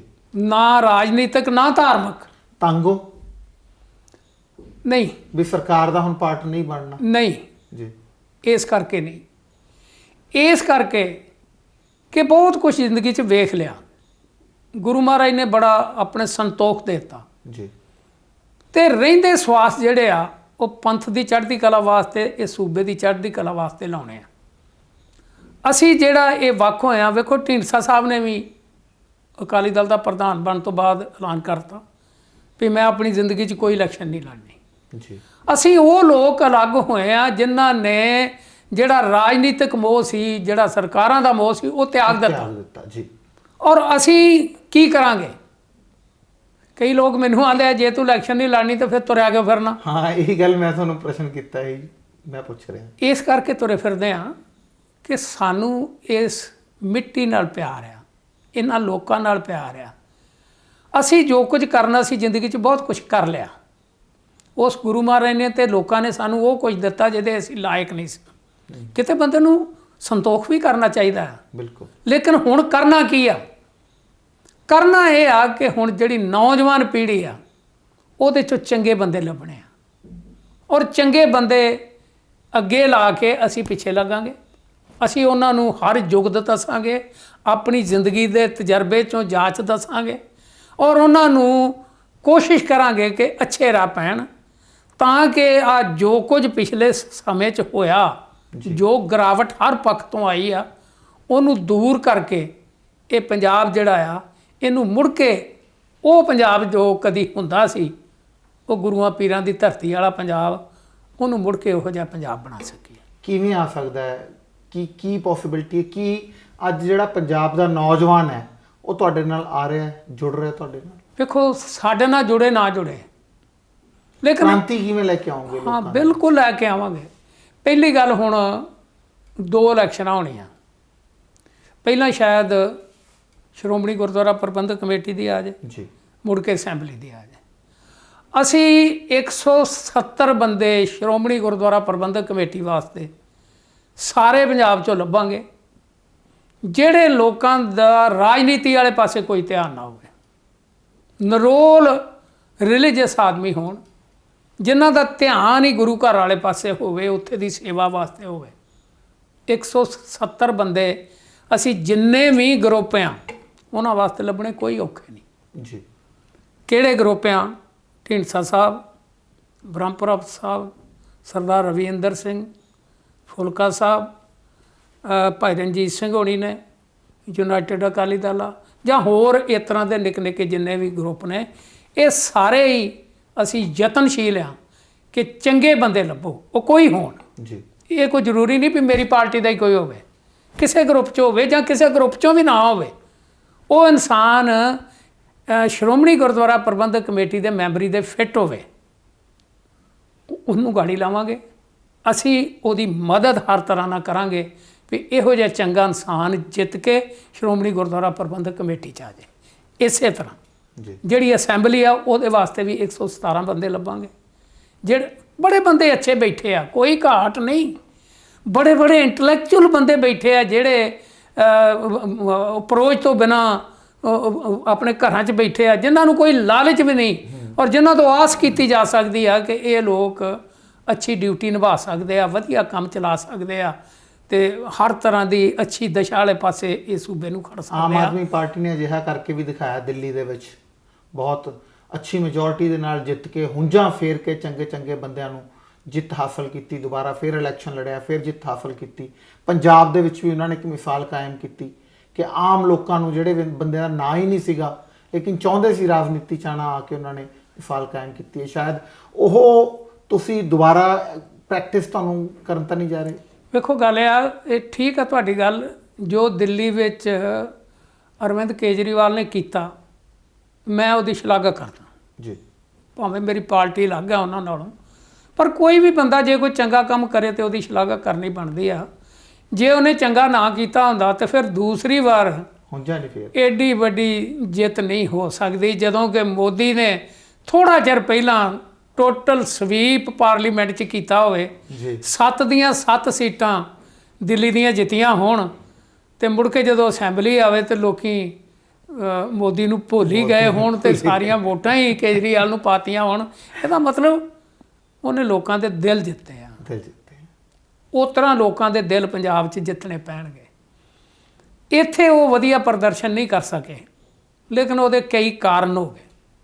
ਉਹਦੇ 'ਚ ਇੱਕ ਤੇ ਇਹਨਾਂ ਕੋ ਆਪਣੇ ਕੋ ਗਲਤੀਆਂ ਹੋ ਗਈਆਂ। ਜੀ ਜਿਹੜੀ ਲੀਡਰਸ਼ਿਪ ਇਹਨਾਂ ਦੀ ਬਾਹਰੋਂ ਆਣ ਕੇ ਇੱਥੇ ਬੈਠੀ ਸੀ ਉਹਨਾਂ ਨੇ ਕਈ ਗਲਤ ਕੰਮ ਕੀਤੇ ਜਿਹਦੀ ਵਜ੍ਹਾ ਕਰਕੇ ਇਹਨਾਂ ਦਾ ਅਕਸ ਖਰਾਬ ਹੋਇਆ। ਦੂਸਰਾ ਮੈਂ ਇਹ ਵੀ ਕਹਿਣਾ ਕਿ ਸ਼ਾਇਦ ਫਿਰ ਵੀ ਉਹਨਾਂ ਦੀ 17 'ਚ ਸਰਕਾਰ ਬਣ ਜਾਂਦੀ। ਇਹ ਤਿੰਨੇ ਪਾਰਟੀਆਂ ਰਲ ਗਈਆਂ, ਅਕਾਲੀ ਦਲ, ਬੀਜੇਪੀ ਤੇ ਕਾਂਗਰਸ, ਇਹ ਤਿੰਨੇ ਰਲ ਗਏ ਵੀ ਆਮ ਆਦਮੀ ਪਾਰਟੀ ਨਹੀਂ ਜਿੱਤਣ ਦੇਣੀ, ਤਿੰਨੇ ਇਕੱਠੇ ਹੋ ਜਾਓ ਜੀ। ਔਰ ਇਹ ਦੋ ਕਾਰਨ ਨੇ ਜਿਹਦੀ ਵਜ੍ਹਾ ਕਰਕੇ। ਲੇਕਿਨ ਕਾਂਗਰਸ ਤੇ ਅਕਾਲੀ ਦਲ ਤਾਂ ਵੱਖੋ ਵੱਖਰੀ ਸੀ ਨਾ। ਜਿਹੜੀ ਗੱਲ ਮੈਂ ਕਹਿ ਰਿਹਾ ਤੁਹਾਨੂੰ, ਤੁਸੀਂ ਇਹ ਛੱਡੋ, ਵੱਖੋ ਵੱਖਰੇ ਵੇਖਣ ਨੂੰ ਹੀ ਨੇ ਜੀ, ਅੰਦਰ ਖਾਤੇ ਇਹ ਗੋਟੀਆਂ ਇਕੱਠੀਆਂ ਫਿੱਟ ਕਰਦੇ। ਮੈਂ ਤੇ ਵਿੱਚ ਬੈਠਾ, ਮੈਨੂੰ ਤਾਂ ਸਾਰਾ ਪਤਾ ਵੀ ਕਿੱਦਾਂ ਉੱਪਰੋਂ ਦਿੱਲੀਓਂ ਇਸ਼ਾਰਾ ਆਇਆ ਵੀ ਯਾਰ ਕਾ ਅਕਾਲੀਓ ਤੁਹਾਡੀ ਗੱਲ ਨਹੀਂ ਬਣਨੀ ਤੇ ਆਮ ਆਦਮੀ ਪਾਰਟੀ ਆ ਜਾਣੀ ਆ। ਬੀਜੇਪੀ ਨੇ ਤੇ ਓਪਨਲੀ ਮਤ ਕੀਤੀ ਕਾਂਗਰਸ ਦੀ, ਤੇ ਆਪਣਿਆਂ ਨੇ ਫਿਰ ਢੰਗ ਨਾਲ ਕੀਤੀ, ਅਕਾਲੀ ਦਲ ਨੇ ਢੰਗ ਨਾਲ ਕੀਤੀ। ਇਹ ਤਿੰਨੇ ਰਲ ਕੇ ਕਾਂਗਰਸ ਦੀ ਸਰਕਾਰ ਬਣਾਈ ਆ, ਨਹੀਂ ਤੇ ਆਮ ਆਦਮੀ ਪਾਰਟੀ ਦੀ ਸਰਕਾਰ ਪੰਜਾਬ 'ਚ ਬਣ ਜਾਣੀ। ਅਗਲੇ ਇਲੈਕਸ਼ਨਸ ਦੇ ਵਿੱਚ ਕੀ ਅਕਾਲੀ ਦਲ ਟਕਸਾਲੀ ਕੋਈ ਵੱਡਾ ਰੋਲ ਕਰਨ ਜਾ ਰਹੀ ਹੈ? ਸਿੱਧੇ ਤੌਰ ਤੇ ਤੁਹਾਨੂੰ ਮੇਰਾ ਪ੍ਰਸ਼ਨ। ਵੇਖੋ ਬਿਲਕੁਲ, ਅਸੀਂ ਜਿਹੜੇ ਰਾਜਨੀਤਿਕ ਲੋਕ ਆ ਉਹਨਾਂ ਨੇ ਹੋਰ ਕੀ ਕਰਨਾ ਰਾਜਨੀਤੀ ਤੋਂ ਇਲਾਵਾ, ਇਲੈਕਸ਼ਨਾਂ ਨਹੀਂ ਲਾਣੀਆਂ, ਹੋਰ ਕੀ ਕਰਨਾ ਜੀ। ਲੇਕਿਨ ਅਸੀਂ ਥੋੜ੍ਹਾ ਜਿਹਾ ਇਹਦੇ 'ਚ ਬਦਲਾਅ ਚਾਹੁੰਦੇ ਹਾਂ। ਇੱਕ ਤੇ ਜਿਹੜਾ ਸਾਡੇ ਖਾਸ ਕਰਕੇ ਅਕਾਲੀ ਦਲ ਵਿੱਚ ਆ ਕਿ ਜਿਹੜਾ ਬੰਦਾ ਸ਼੍ਰੋਮਣੀ ਕਮੇਟੀ ਦਾ ਮੈਂਬਰ ਆ ਉਹ ਐਮਐਲਏ ਵੀ ਆ। ਮੈਂ ਹੋਰ ਕਿਸੇ ਨੂੰ ਕੀ ਆਖਣਾ, ਮੈਂ ਹੀ ਬੈਠਾ ਹਾਂ ਜੀ, ਮੈਂ ਐਮਐਲਏ ਵੀ ਰਿਹਾ ਤੇ ਮੈਂ ਸ਼੍ਰੋਮਣੀ ਕਮੇਟੀ ਦਾ ਮੈਂਬਰ ਵੀ ਸਾਂ। ਬਿਲਕੁਲ। ਔਰ ਜਿਹੜੇ ਹੁਣ ਇਸ ਵੇਲੇ ਸ਼੍ਰੋਮਣੀ ਕਮੇਟੀ ਦੇ ਇਲੈਕਟਿਡ ਮੈਂਬਰ ਨੇ ਉਹਨਾਂ 'ਚ ਮੇਰਾ ਨਹੀਂ ਖਿਆਲ ਕੋਈ ਬੰਦਾ ਰਾਜਨੀਤੀ ਤੋਂ ਭੇਜ ਹੋਵੇ, ਜੀ ਸਾਰੇ ਰਾਜਨੀਤਿਕ ਬੰਦੇ ਆ।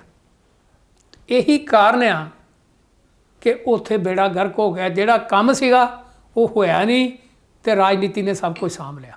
ਜੀ ਅਸੀਂ ਹੁਣ ਜਿਹੜੀ ਕੋਸ਼ਿਸ਼ ਕਰ ਰਹੇ ਹਾਂ ਉਹ ਇਹ ਆ ਕਿ ਇਹਨਾਂ ਦੀ ਡਿਵੀਜ਼ਨ ਕਰ ਦਿਓ।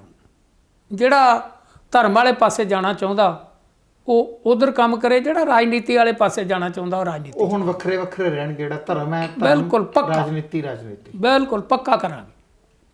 ਤਾਂ ਇੱਕ ਮੇਰਾ ਆਖਰੀ ਪ੍ਰਸ਼ਨ, ਸਾਡੇ ਜਿਹੜੇ ਦਰਸ਼ਕ ਨੇ ਸਕਾਈ ਨਿਊਜ਼ ਪੰਜਾਬ ਦੇ, ਇਹਨਾਂ ਨੂੰ ਕੀ ਸੁਨੇਹਾ ਦੇਣਾ ਚਾਹੋਗੇ? ਜਿਹੜੇ ਲੋਕ ਚਾਹੁੰਦੇ ਸੀ ਵੀ ਰਾਜਨੀਤੀ ਗੰਦੀ ਹੈ, ਉਹ ਰਾਜਨੀਤੀ ਦੇ ਵਿੱਚ ਆਉਣ ਤੁਹਾਡੇ ਤੇ ਵਿਸ਼ਵਾਸ ਕਰਕੇ, ਤੇ ਉਹਨਾਂ ਨੂੰ ਕੀ ਚੰਗਿਆਈ ਮਿਲੇਗੀ, ਕੀ ਅੱਛਾਈ ਮਿਲੇਗੀ? ਵੇਖੋ ਹਮੇਸ਼ਾ ਹੀ ਮਨੁੱਖ ਨੂੰ ਪੋਜ਼ਿਟਿਵ ਸੋਚਣਾ ਚਾਹੀਦਾ। ਉਹ ਇੱਕ ਕਹਾਵਤ ਆ, ਜੀਵੇ ਆਸਾ ਮਰੇ ਨਿਰਾਸ਼ਾ। ਜੀ।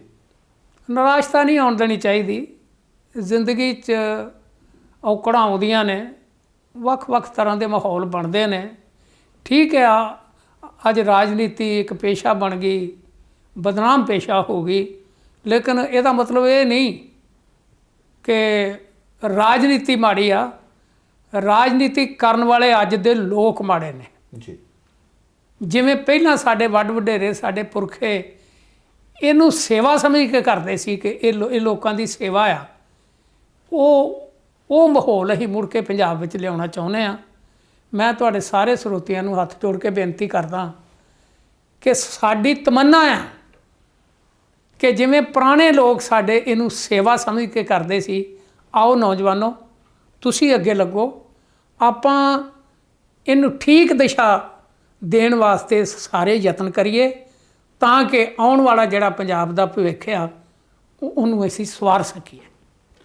ਤਾਂ ਇਹ ਸਨ ਸਾਡੇ ਨਾਲ ਸਰਦਾਰ ਸੇਵਾ ਸਿੰਘ ਜੀ ਸੇਖਵਾਂ ਕਿ ਰਾਜਨੀਤੀ ਦੇ ਵਿੱਚ ਜਿਹੜੀ ਗੰਦਗੀ ਆ ਚੁੱਕੀ ਹੈ ਉਸ ਦੇ ਵਿੱਚ ਕਿਤੇ ਨਾ ਕਿਤੇ ਸੁਧਾਰ ਲਿਆਉਣੀ ਬਹੁਤ ਜ਼ਰੂਰੀ ਹੈ, ਔਰ ਇਸੇ ਲਈ ਇਹਨਾਂ ਨੇ ਅਕਾਲੀ ਦਲ ਟਕਸਾਲੀ ਬਣਾਇਆ, ਵੱਖਰੇ ਹੋ ਗਏ ਨੇ ਸਰਦਾਰ ਪ੍ਰਕਾਸ਼ ਸਿੰਘ ਜੀ ਬਾਦਲ ਨਾਲੋਂ।